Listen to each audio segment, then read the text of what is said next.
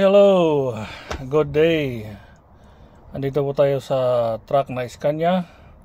Ituturo ko po sa inyo kung paano magpalit ng language o mag-change language ng Scania. So dito po tayo sa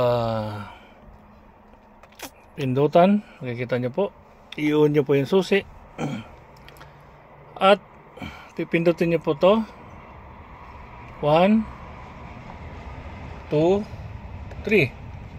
Makikita nyo po yan. At ibaba nyo po 1, 2, 3, 4, 5, 6, 7, 8. Number 8 napindot, press OK. OK. Yan, ulitin po natin. Yan, pipindutin nyo lang po to. Yan, 1, 2, 3, 4, 5, 6, 7, 8. Yan. Then press OK.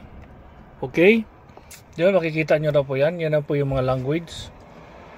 Hanapin nyo lang po natin yung English. So dito po tayo magpipindot sa baba.